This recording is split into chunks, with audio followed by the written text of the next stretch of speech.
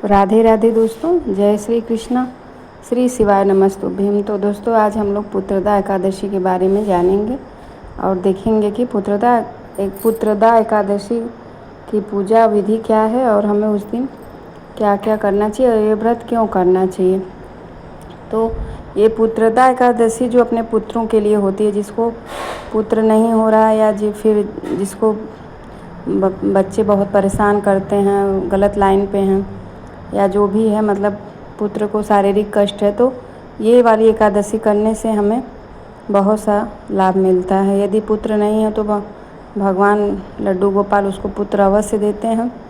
और यदि कोई दिक्कत है, बच्चा सुन नहीं रहा है, गलत लाइन पे है या कोई भी रोग है, कष्ट है आपके पुत्र को, तो ये पुत्रदा एकादशी करने से हमारे सारे कष्ट दूर होते हैं। तो इसलिए हमें सावन की ये एकादशी ज़रूर करना चाहिए। बहुत सा संशय होता है कि सावन में हम उठा सकते हैं या नहीं। आप बिल्कुल उठा सकते हैं और ये व्रत हमें करना चाहिए, अपने बच्चों के लिए करना चाहिए, अपने बच्चों के भविष्य के लिए करना चाहिए। पुत्रदा एकादशी 2 पड़ती है, एक पौष मास में पड़ती है और एक सावन में पड़ती है, तो इसे हरियाली एकादशी भी कहते हैं।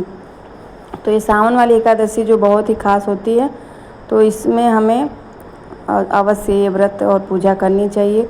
तो यहाँ पे पहले मैंने आसन बिछा लिया है और उस पर भगवान को विराजमान कर लिया। थोड़ा थोड़ा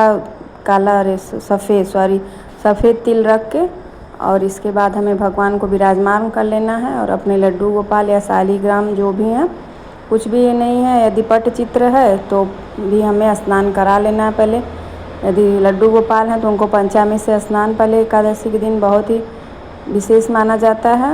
नहीं है तो दूध से ही स्नान करा सकते हैं, जल से ही स्नान करा सकते हैं, रहने के ऊपर है। भगवान आपकी श्रद्धा देखते हैं, आपका मन देखते हैं, और आपका ये नहीं कि बहुत सारी चीज़ों से ही हम भगवान को स्नान कराएंगे तभी भगवान खुश होंगे।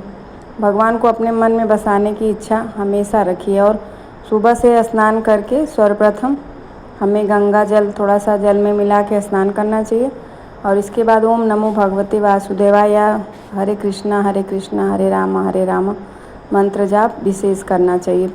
ये मंत्र जाप करने से व्रत का पूर्ण फल मिलता है। तो इसलिए हमें भगवान श्री नारायण की ये वाली एकादशी बहुत ही विधि विधान से करनी चाहिए। यदि आपको कोई फल मिल रहा है तो ठीक है, सीजन का फल चढ़ाइए। भगवान का वस्त्र नया मिल रहा है तो भगवान को वस्त्र अर्पण करिए। ये सब चीज़ करने से धीरे धीरे हमारे जीवन में बहुत सारी जो समस्याएं आती हैं वो धीरे धीरे ख़त्म होने लगती हैं, लेकिन एक नियम से। और एक नियम हमें हर एकादशी में यही करना है कि 10वीं के दिन से ही हमको चावल का त्याग कर देना है। रात्रि में हमें चावल नहीं खाना है। और एकादशी के दिन यदि व्रत कर रहे हैं तो ठीक है, नहीं कर रहे हैं तो उस दिन भी हमें चावल बिल्कुल भी नहीं खाना चाहिए। तो इसलिए हमें देखिए, मैंने यहाँ पे अपने ठाकुर जी को स्नान करा के, और तुलसी पत्र की विशेष महत्ता होती है तो उस दिन तो नहीं तोड़ते, लेकिन एक दिन पहले हमें तोड़ के रख लेना है। और इसके बाद सब जितने भी देवी देवता हैं सबको मैंने स्नान करा दिया है। इसके बाद फिर उनको टीका चंदन कर दिया, वस्त्र धारण करा दिया है, टीका लगा दिया है। और यदि आप हल्दी चढ़ाना चाहें तो हल्दी भी चढ़ा सकते हैं प्रभु को, क्योंकि हल्दी विष्णु भगवान को बहुत ही प्रिय है। और यहाँ पे मैंने जो भी मेरे घर में है या आपके घर में जो भी रहे वो भगवान को अर्पण करिए।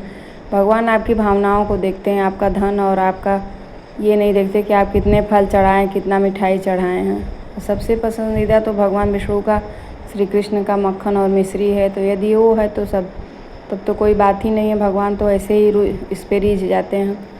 तो इसलिए हमें विधि विधान से उस दिन जितना हो सके भगवान का ध्यान करना चाहिए, भजन करना चाहिए, रात्रि में जागरण करना चाहिए। यही सब एकादशी की मेन होता है। और सावन में एकादशी के दिन हमें भगवान शिव की भी पूजा ज़रूर से ज़रूर करनी चाहिए। दोनों लोग की पूजा करनी है, श्री नारायण भगवान की और श्री भोलेनाथ की भी।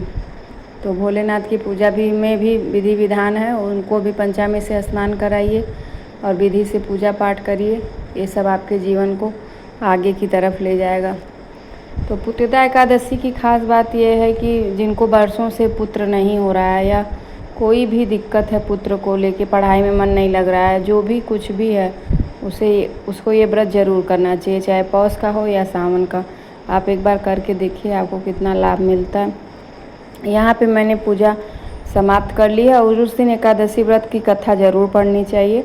इसके बाद आरती कर लीजिए। देखिए मैंने आरती भी कर लिया है और भगवान से क्षमा प्रार्थना, आरती करने के बाद, आचमनी करने के बाद भगवान से क्षमा प्रार्थना ज़रूर मांगिए कि हे भगवान, जो गलती उसके लिए क्षमा चाहते